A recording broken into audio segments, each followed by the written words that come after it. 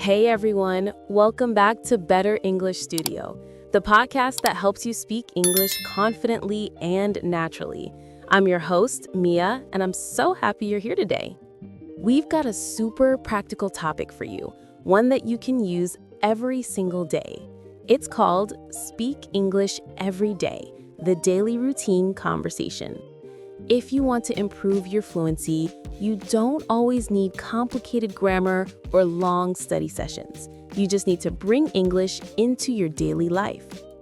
And to talk about this, I have a very special guest, someone you already know and love, our good friend and co-host, Tom. Hey everyone, hi Mia, it's great to be back. I'm excited for this one because we're talking about something that every English learner can relate to, daily routines. Exactly. We all have routines. Waking up, eating breakfast, going to work, relaxing in the evening, and these are perfect opportunities to practice English. Today, we're going to show you how to use everyday actions to build English fluency naturally.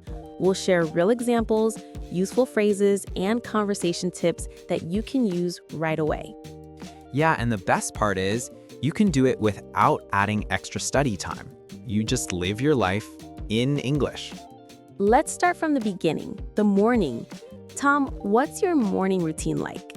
Well, I'm definitely not a morning person, but I try to start my day early. I wake up around 6:30, stretch a little, and check my phone. Probably too much. Then I go to the kitchen and make coffee. That sounds familiar. I think a lot of us do that, the phone check before breakfast. Yeah, guilty is charged. After that, I make some eggs or cereal and plan my day. So, listeners, let's break down some phrases you can use in your morning routine. Instead of saying, I get up, you can say, I wake up at 7. I make my bed. I brush my teeth. I take a shower. I get dressed. And if you want to sound a bit more natural, you can connect them. I usually wake up at 7, take a quick shower, and grab a cup of coffee before work.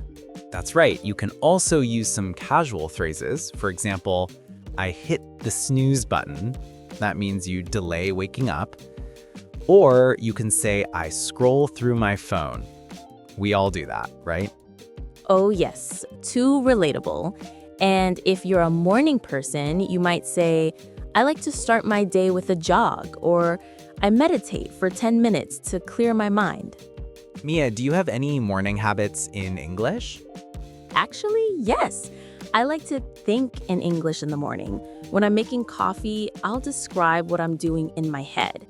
Like, I'm boiling water, I'm adding sugar, I'm stirring my coffee. It's a great way to warm up your brain for English without studying. That's a fantastic idea. So if you're listening, try to narrate your morning in English, even quietly to yourself. It's like you're the narrator of your own life. All right, let's move to the next part of the day, getting ready and leaving the house. Tom, what do you usually do after breakfast? I brush my teeth again, coffee breath. Then I pack my bag, grab my keys, and head out. I usually drive to work while listening to podcasts, including Better English Studio, of course. Good answer. You can also say things like, I leave home at 8, I catch the bus, I commute to work, I listen to music or podcasts on the way. And if you're studying or working from home, you can say, I start my workday at 9. I check my emails. I join my online class. Here's a cool phrase, I'm running late. That means you're not on time. Or you can say, I'm in a hurry. Right. And if you arrive somewhere, you can say, I get to work at 9, or I arrive at the office around 9. One common mistake learners make is saying, I reach to work. But we don't use to there. Just say, I reach work, or I get to work. Good point. Also, if you're tired in the morning, you can use expressions like, I'm half asleep, I need my coffee to wake up, or I'm still waking up. Yeah, and if you're full of energy, you might say, I'm feeling fresh today. I wish I said that more often. Now let's move into the middle of the day, work or study time. This is another great opportunity to practice English naturally. Even if your job isn't in English, you can use English to organize your thoughts or notes. For example, write your to-do list in English. Send report to manager. Prepare slides. Check emails. Exactly. You can even talk to yourself in English while working. Quietly, of course. For instance, okay, first I'll check my messages. Then I'll call the client. It keeps your brain in English mode. Totally. And if you're a student, you can say, I have classes until noon. I study with friends. We have a group project. I take notes in English. Let's talk about lunch, the most important part of the day. Ah, yes, lunch break, the best English practice time. You can say, I grab lunch with colleagues. I order food online. I eat out with friends. Or I bring lunch from home. I often say, I pack my lunch in the morning. And if you're eating something specific, you can practice describing it. I'm having a sandwich and soup. I'm eating pasta with vegetables. It sounds simple, but saying these small sentences in English helps you think in English all day long. Exactly. And that's what we mean by speak English every day. You don't need big study sessions. You just need small moments of English during normal life. Right. Think of English as your daily companion, not a school subject. After lunch, energy usually drops a little, right? Yeah, I call it the 3 p.m. slump. Same here. But it's also a great time to practice English conversations. You can chat with colleagues, classmates, or even talk to AI assistants in English. Good one. Or listen to English podcasts while walking. That way, even if you're tired, your brain stays connected to English. Let's share some useful afternoon phrases. I have a meeting at 3. Let's grab a coffee. I need to finish this report. I'll send you an update soon. And if you're a student, you might say, I'm doing my homework. I have a test tomorrow. I'm revising for exams. Nice. These are simple, but they reflect real English life. Exactly. And the more you say these phrases out loud, the more natural English feels. Okay, Tom, we've covered morning, noon, and afternoon, and we're already halfway through the day. Wow, time flies. So, listeners, keep this in mind. Every little action can be a chance to use English. Describe what you do, think in English, or listen to something in English. That's how you turn your day into a language classroom. Welcome back, everyone. In part 2, we'll explore evening routines. You're listening to Better English Studio. I'm Mia, and with me is Tom. If you just joined us, we've been walking through the day in English, how you can use everyday moments to practice and think in English naturally. Hey again, everyone. So far, we've covered mornings and afternoons, how to turn normal routines into little English lessons. Now we're stepping into the evening, when life slows down and you have time to relax and keep improving your English without even noticing. Let's start with that moment when the workday or school day ends. What do you usually say, Tom, when you finish? Honestly, finally. But if I'm being polite, I'd say things like, I'm wrapping up my work. I'm heading home. I just finished for the day. Those are good natural phrases for closing the day. Exactly. And you can even practice small talk in English before leaving. See you tomorrow. Have a good evening. Take care. Simple things like that keep you in an English rhythm right to the end of your day. Totally. And if you study online or work remotely, you might type in English messages like, thanks everyone, or great job today, before logging off. Now, picture that moment when you're leaving work, on the bus, in the car, or walking home. It's such a perfect time to keep English going. Absolutely. That's when I love listening to English podcasts or audiobooks. You can repeat what you hear softly or imagine you're part of the conversation. Or if you're scrolling through your phone, follow English pages, news, fun facts, memes. Even 10 minutes a day trains your brain. Right. And if traffic is bad, instead of getting annoyed, practice describing what's happening. The traffic is terrible today. Or it's taking forever to get home. I do that too. I describe my surroundings in English. It's calming and educational at the same time. So, Tom, what's your evening routine like once you get home? Well, first thing, I change into something comfortable, maybe make a cup of tea. Then I cook dinner, usually something simple, like pasta or stir-fry. Nice. You can say, I'm making dinner, I'm setting the table, dinner's ready. If you live with family or roommates, try speaking short English phrases during dinner. Even one sentence a day helps. Exactly. You could talk about your day in English. Work was busy. I learned something new today. I'm so tired but happy. Those are real emotions and thoughts, real English. And food gives so many practice opportunities. Describe the taste. It's spicy, it's crunchy, it smells amazing. Yes, and when you finish, don't forget manners. Thanks for the meal, or that was delicious. Evenings are when we usually relax, watch a show, scroll social media, or read something. Why not do it in English? Exactly. Watch your favorite show with English subtitles, or follow English-speaking YouTubers. You'll start to pick up natural expressions. Or if you're on social media, leave short English comments like, that's cool, or I agree. It's low pressure, but still practice. Another good idea is to set your phone or apps to English. Then every time you use them, you're seeing real vocabulary. Settings, notifications, download, update. I love that trick. It makes English part of your environment automatically. Evenings are also a time to reflect.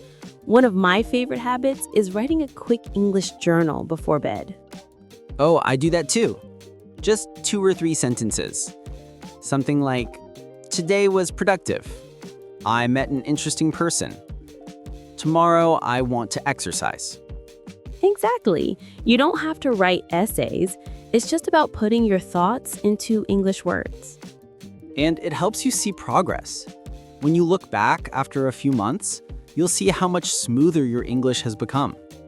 Even if you don't live in an English-speaking country, you can still chat in English in the evenings, join online language communities, talk to friends, or even speak to AI chat tools in English. Yeah, I sometimes video chat with friends from other countries. We don't correct every mistake. We just talk, laugh, and share stories. That's what real communication is. Exactly. Fluency grows from connection, not perfection. That's a good quote, Mia. We should put it on a t-shirt. All right, friends, that brings us to the end of today's part. We've explored how to turn evenings into relaxed but powerful English time without textbooks or pressure. Tomorrow, or in part 3 of this episode, we'll go even deeper. We'll share how to combine your morning, day, and night routines into a full English immersion lifestyle, plus ways to stay motivated long-term. That's going to be inspiring. Remember, your goal isn't to study harder, it's to live in English a little more each day. Well said. Thanks for staying with us, everyone. You're listening to Better English Studio. I'm Mia. And I'm Tom. See you in part 3, where we'll put it all together and show you how to make English part of who you are. Welcome back, everyone.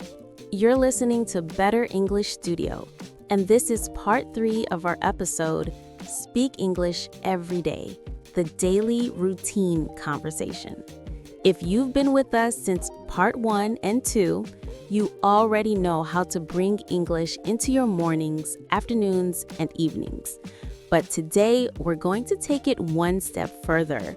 We'll show you how to make English a natural part of your life, not just something you study. That's right. We'll talk about mindset, motivation, and fun weekend ideas to keep your English fresh. This part is all about living in English. Yes, think of this as your English lifestyle guide. Let's start with the idea of mindset. Tom, what does it mean to think in English every day? For me, it means you stop seeing English as a subject and start seeing it as a tool. You use it to understand the world, to read news, express feelings, talk to people, and think. Exactly. The moment you stop translating from your native language and start forming thoughts directly in English, that's when fluency truly begins. Yeah, and it doesn't happen overnight. It happens when you surround yourself with English a little more each day, reading signs, listening to songs, watching short videos, or even changing your phone language. Right. It's not about perfection. It's about presence. The more English surrounds you, the more natural it becomes. Here's a fun fact. Your brain loves patterns. If you use English daily, even in small doses, your brain starts to treat it as normal. Totally. When you hear, read, and speak English every day, your brain builds connections. Words and phrases stick faster because they're part of your routine. Exactly. It's like working out. The more consistent you are, the stronger you get. That's a great comparison. You wouldn't go to the gym once a month and expect muscles, right? Same with English. It's not about long study sessions. It's about small, steady steps. Yes, even 5 minutes a day counts. The key is to make English part of your identity, not just your schedule. Now let's talk about something I love, using English in unexpected ways. Ooh, I like this one. Here's what I mean. Find small, everyday moments to use English where people least expect it. For example, leave yourself English reminders. Drink water. Smile. You can do this. Stick them on your mirror or desk. Nice! Or rename your playlists and folders in English. Workout mix, travel photos, to-do list. It's simple, but it keeps English in your visual world. Exactly. You can also describe things around you silently. The sky is cloudy. The coffee smells great. My cat looks sleepy. I do that too. It trains your brain to use English for real thoughts, not just lessons. And the best part? You don't need extra time. You're already doing those things. You're just doing them in English. Let's move on to one of my favorite topics, learning through entertainment. Ah, yes. English through fun. Exactly. Music, movies, and shows are the easiest way to live English. When you listen to songs in English, don't just enjoy them, notice the phrases, pronunciation, and tone. Right. Sing along. Even if you're off key, it helps your mouth get used to English rhythm and stress patterns. And for movies or TV shows, start with English subtitles. Then when you feel comfortable, switch to no subtitles. Or try subtitles in English instead of your native language. That's what I did when I was learning. I watched Friends and The Office over and over. Eventually, I started understanding jokes without needing to translate. That's the moment you know your brain is adapting. And don't forget about YouTube or podcast. You can learn from anything: cooking, travel, fitness, comedy, news. Whatever makes you curious, learn it in English. Exactly. Curiosity is the best teacher. Okay, now it's Friday night or Saturday morning. What can listeners do on weekends to keep English alive without feeling like it's homework? Great question. Here are a few easy weekend ideas. Watch an English movie with friends and discuss it. Visit a cafe and try ordering in English if possible. Read a short English article or story with your morning coffee. Write your weekend plans in English, even in your Notes app. I love those. I add one more. Change your environment a bit. Maybe decorate your study space with English quotes or sticky notes. It makes English feel friendly and familiar. Yes, and if you use social media, post something short in English once in a while. A photo, a caption, a thought. You'll be surprised how confident it makes you feel. Absolutely. And remember, you're not doing this to impress others. You're doing it to express yourself. Beautifully said, Mia. All right, Tom, we've talked about this a little before, but I think it deserves its own moment. Talking to yourself in English. Yes, it's one of the best kept secrets of fluent speakers. Right? People think they need a partner, but sometimes your best conversation partner is you. Exactly. You can talk about your day, your plans, your opinions in English, out loud, or in your head. For example, okay, I need to clean my room. I think I'll go for a walk later. That movie was amazing. It's simple but powerful because you're training your thinking voice to speak in English. Yeah, and when real conversations happen, your brain already knows the words. Let's talk about something every learner faces: fear of mistakes. Ah, yes, the big one. Many people are afraid to speak because they think they'll sound silly or wrong. But the truth is, mistakes are proof you're learning. Exactly. You can't learn to swim without splashing around. The same with English. You have to make mistakes to find your rhythm. Yes, and native speakers make mistakes too. Even I mess up sometimes when I speak quickly or mix phrases. It's totally normal. So don't aim for perfection, aim for connection. When you speak, focus on sharing your idea, not showing off perfect grammar. Beautifully said. Connection, not perfection. That's our new motto. Okay, so how do learners stay motivated every day? We all start strong, but sometimes we lose energy, right? Totally. The secret is to find your why. Ask yourself, why do I want to speak English? Maybe it's for travel, work, love, or confidence. Keep that reason close. Yes, and celebrate progress. When you understand a new word or have a small conversation in English, smile. That's huge progress. Also, don't compare yourself to others. Everyone's English journey is different. Just focus on being better than yesterday you. Exactly. Motivation isn't about being perfect. It's about being consistent. All right, Tom, we've come full circle from waking up in English to living in English. Yeah, it's like turning your whole life into a language experience. Exactly. The goal is simple. Don't study English, live it. Use it to describe your world, express your thoughts, and connect with people. When English becomes a part of your daily life, fluency just happens naturally.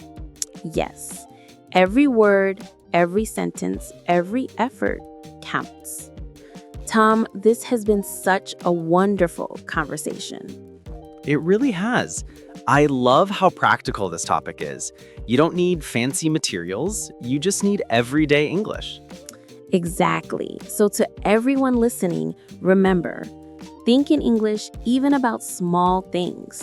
Talk to yourself, talk to others, talk with curiosity. Watch, read, listen, and live in English every day. Because the more you do it, the more English becomes you. I love that. English isn't just a language, it's a lifestyle. Yes, and if today's episode inspired you, share it with a friend, leave us a comment, or tell us how you use English in your daily life. And don't forget to subscribe to Better English Studio so you never miss an episode. We're so proud of you for showing up, learning, and growing, one English moment at a time.